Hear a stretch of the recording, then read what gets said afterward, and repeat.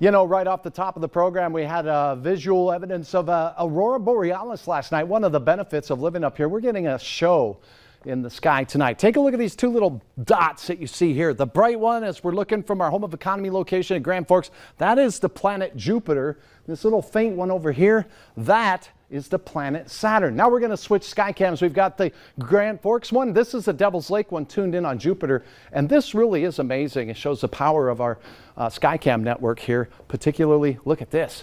There's Jupiter. That's a closer view. You see these little dots on the outside of it. Those are the moons. There are about 79 moons around that planet, and it's big and bright and bold out there. Get out and take a look in the southern sky tonight. You can still see it for a while, and Saturn will be the brighter star to the right of that. Here's a look at frost dates, and take a look at this. In September, we typically have our first frost in Grand Forks and Fargo. First frost date for Grand Forks, the 13th on average, 18th here in the FM area. So get prepared.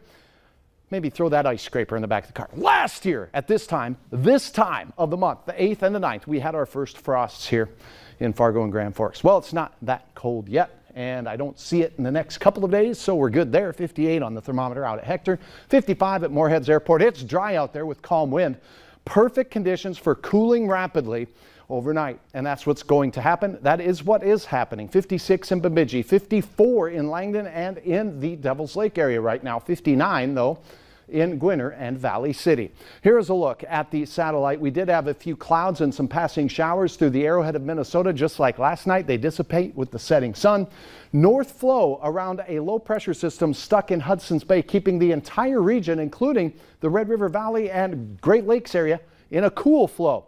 Here's Tropical Storm Mindy. Let's take you down there. But first, a cold front knifing its way into the northern portion of the northeast United States, stretching all the way back into the areas of Kentucky and Tennessee. Here is what was named Tropical Storm, strengthened to a tropical storm just before it made landfall here, heading in towards Tallahassee right now with some very heavy rain, thunder, lightning, and extremely quiet out to the west thanks to this ridge of high pressure building in that old jet stream flow.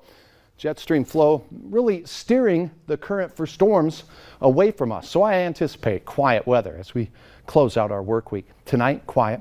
Those clouds there might keep us from getting too cold tonight. And in fact, it might spare a few of us from getting down into the upper 30s.